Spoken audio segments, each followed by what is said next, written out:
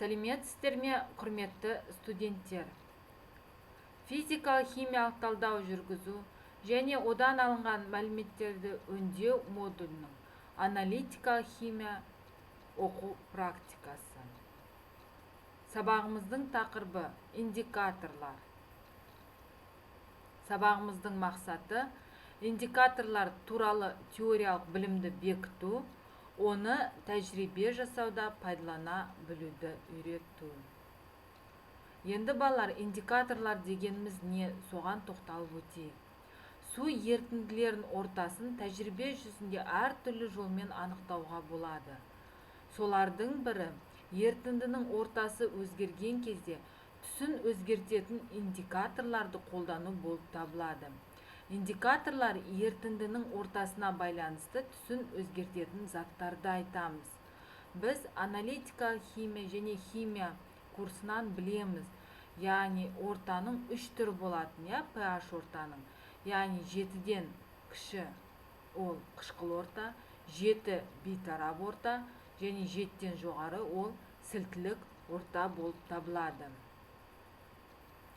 Индикаторлардың бірнеше түрлері бар, яғни көптеген түрлері бар. Соның негізгі түрлері ол метил-оранж, лакмус, фенофталин, амбибап индикаторлар, яғни кеңінен қолданылатын индикаторлар. Осы индикаторлардың ортада түсін өзгертуін мына видеоға назар аударып көре аламыз.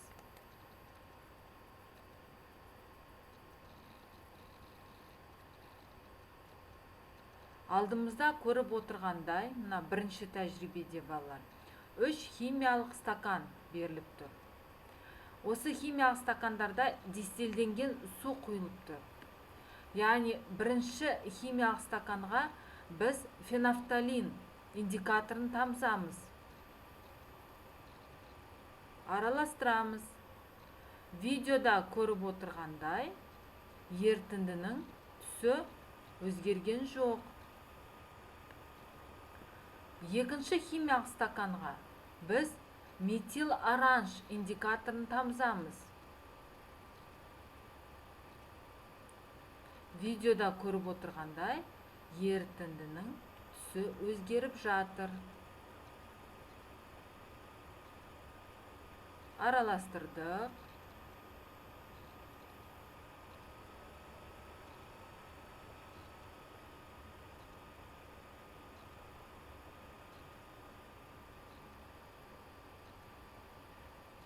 Видеода көргенде ерітіндіміз қызғылт сары түске ие болды, балалар.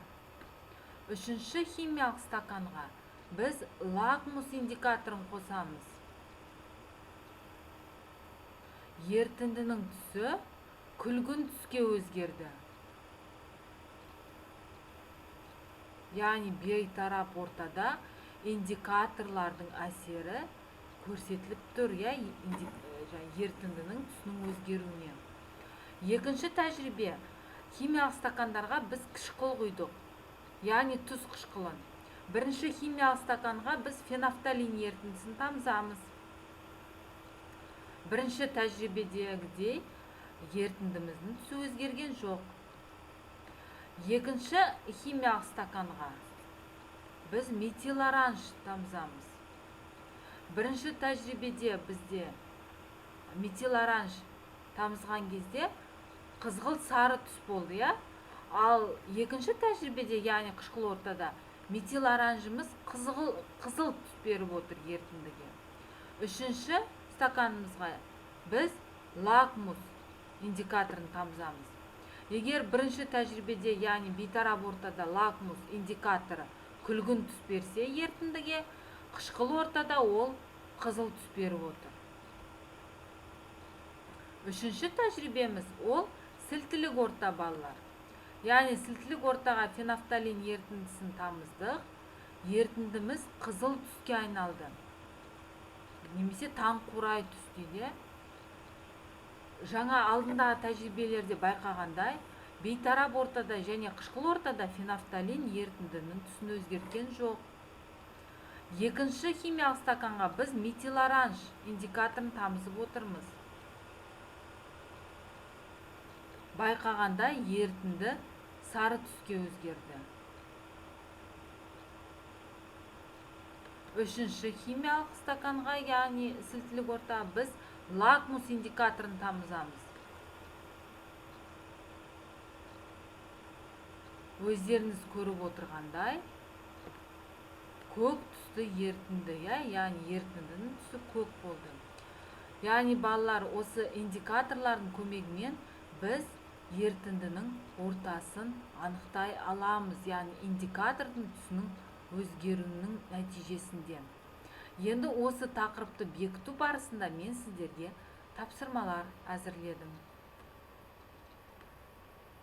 Бірінші тапсырма: әртүрлі ортадағы индикаторлардың түсінің өзгерісін кестеге толтырыңыздар. Екінші тапсырма: сіздерге бейнероликке сілтеме беріліп отыр. Бейнероликті көріп, ерітінділердің түрлері, индикатор қағазының өзгеруі, ерітіндінің реакциясын жазасыздар. Үшінші тапсырма: үй жағдайында индикаторды дайындаңыздар. Яғни индикатор дайындау барысында видеоға түсіріп, кері байланыс ретінде Платонус платформасына саласыздар. Сонымен қатар, осы тақырып бойынша сіздерге қолданылған әдебиеттер тізімі беріліп отыр. Назарларыңызға рахмет. Сау болыңыз.